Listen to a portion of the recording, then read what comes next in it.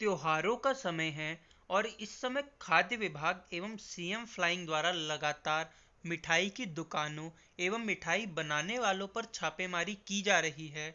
इन दुकानों के सैंपल लिए जा रहे हैं और इन सैंपलों को जांच के लिए आगे भेजा जा रहा है।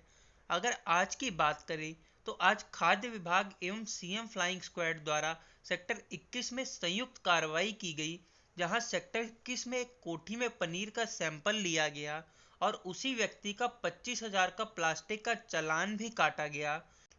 वहीं दूसरी ओर एक दुकान जिसका नाम मन्नू भाई स्वीट शॉप है, जो कि सेक्टर 21 के महेशपुर गांव में है, यहां से खोए और पनीर के सैंपल लिए गए। बड़ा सवाल इस बात का है कि खाद्य विभाग बिल्कुल त्योहारों के मौके पर ही क्यों एक्टिव हो जाता है।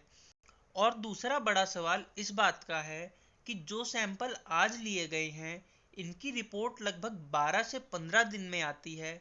अगर सैंपल पास है तो ठीक, अगर कहीं लिया गया सैंपल फेल हो जाता है तब तक तो बाजार में सामान बिक चुका होगा, और यदि कोई जनहानि हो जाती है तो उसकी जिम्मेदारी किसकी होगी। जब यही सवाल हमने खाद्य सुरक्षा अधिकारी डॉक्टर गौरव शर्मा से पूछा तो उन्होंने क्या कुछ कहा, सुनिए। जी, एक थोड़ा सा बता दें, अगर आप यहाँ पे पहुँचे हैं आज सीएम फ्लाइंग के साथ में, क्या क्या चीज़ें हुई, क्या कार्रवाई की है? अभी हम आए हैं मन्नू स्वीट्स पे महेशपुर में। यहाँ से अभी 2 सैंपल लिए हैं हमने और अभी चेकिंग जारी है, हो सकता है और भी लें। और जो भी डिस्ट्रॉय लायक सामान है वो निकलवा रहे हैं बाहर, पहले तो इसको डिस्ट्रॉय करवाएंगे।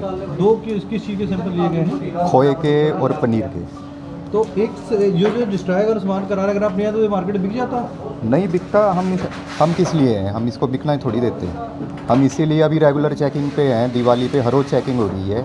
इसी वजह से हो रही है कि इस टाइम पे मिलावटी काम ज़्यादा होता है थोड़ा। एक और भी पीछे दुकान पे आप करके आए, चेकिंग करके आए, तो वहाँ पे पनीर वगैरह के सैंपल लिए जी गए जी हैं, जी जी वो कौन सी पीछे दुकान सीएम थी? फ्लाइंग थी, वो इंडस्ट्रियल सॉरी हाउस नंबर 180/21, जो कि रेजिडेंशियल एरिया है, जिसका नोटिस उसको दिया है कि वो रेजिडेंशियल एरिया में काम नहीं कर सकता है। और लाइसेंस भी उसके पास वहाँ का नहीं था, लाइसेंस था वो बट अलग एड्रेस का था, अमरावती के कहीं का एड्रेस था, जो कि वो वहाँ से काम नहीं कर रहा था अमरावती से, तो हमने उसको नोटिस दिया है उसके रिगार्डिंग। तो डॉक्टर साहब, जो वैल्यूएशन है वो लाइसेंस के बारे में, जो पनीर सर यहाँ तक भी सुनने आया कि 250 रुपये किलो पनीर आता है, तो क्या आपको लगता है कि 250 रुपये किलो पनीर जो है वो शुद्ध होगा? नहीं देखो, उसमें तो सैंपल की रिपोर्ट आने के बाद ही कुछ कहा जा सकता है, उससे पहले नहीं कुछ भी कह सैंपल की सकते रिपोर्ट हैं। ये आज आप जो जांच कर रहे हैं, इसकी रिपोर्ट कितने दिन तक आएगी? ये आएगी 10 से 12 दिन, 15 12 दिन। दिन में जो सामान है मार्केट में बिक जाएगा, तो उस रिपोर्ट का फ़ायदा क्या होगा? नहीं देखो, जो हमें डिस्ट्रॉय देखने से पता लग रहा है उसे तो हम मौके पे ही डिस्ट्रॉय कर रहे हैं, बट ऐसे हम किसी के सामान को डिस्ट्रॉय ऐसे भी नहीं कर सकते ना, कि मतलब कल अगर सैंपल ठीक आ जाएगा फिर। नहीं तो कई सर मानते सर कि त्योहारों के समय से थोड़ा सा कुछ पहले अगर जो चेकिंग अभियान चलाया जाए तो जैसे ज़्यादा विभाग को भी कहीं ना कहीं सुनने को नहीं मिले, क्योंकि जिस तरह से त्योहारों के एंड एक्चुअली टाइम पे अगर कार्रवाई होती है तो सर नहीं कहीं ना नहीं कहीं नहीं, दिक्कत परेशानी होती है। कार्रवाई तो पहली 2 अक्टूबर से ही स्टार्ट हो गई थी और वो कंटिन्यू चल ही रही है।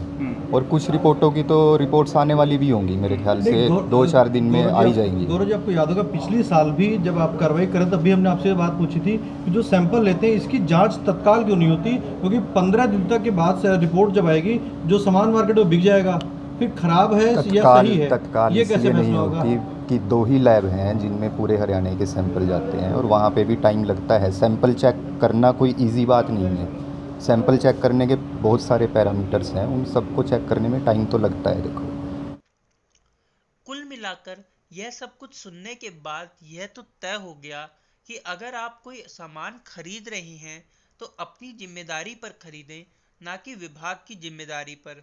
विभाग ने सैंपल लेकर अपना पल्ला झाड़ लिया है, सैंपल पास होगा तो बहुत अच्छी बात है, और अगर सैंपल फेल होगा तो उसकी जवाबदेही किसी की नहीं होगी।